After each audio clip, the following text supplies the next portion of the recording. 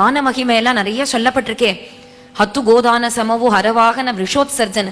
10 கோதானம் பண்ணினா ஒரு விஷபதானத்துக்கு சமம். 10 விஷபதானம் பண்ணினா ஒரு குதிரை தானத்துக்கு சமம்.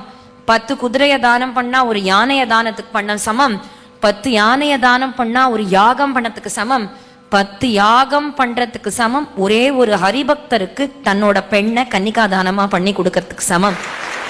அதோட நிறுத்தல தாசர் உகாபோகம். இது மேல சொல்றார், அப்படி 10 ஹரிபக்தர்களுக்கு 10 கன்னிகைகளை தானம் பண்றதுக்கு சமம் ஒரே ஒத்தன் தவிச்ச வாய்க்கு தண்ணி கொடுக்கறது.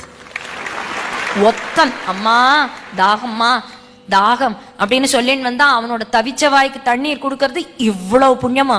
அதுக்கு மேல முடிக்கிறார், அது போல 10 பேருக்கு தண்ணீர் கொடுக்கறதுக்கு சமம் ஒரே ஒருத்தன் அம்மா பசி அப்படின்னு வந்தா ஒரே ஒருத்தனுக்கு சோறு போடுறது. புண்ணியத்துக்கு மேல புண்ணியத்துக்கு மேல புண்ணியத்துக்கு மேல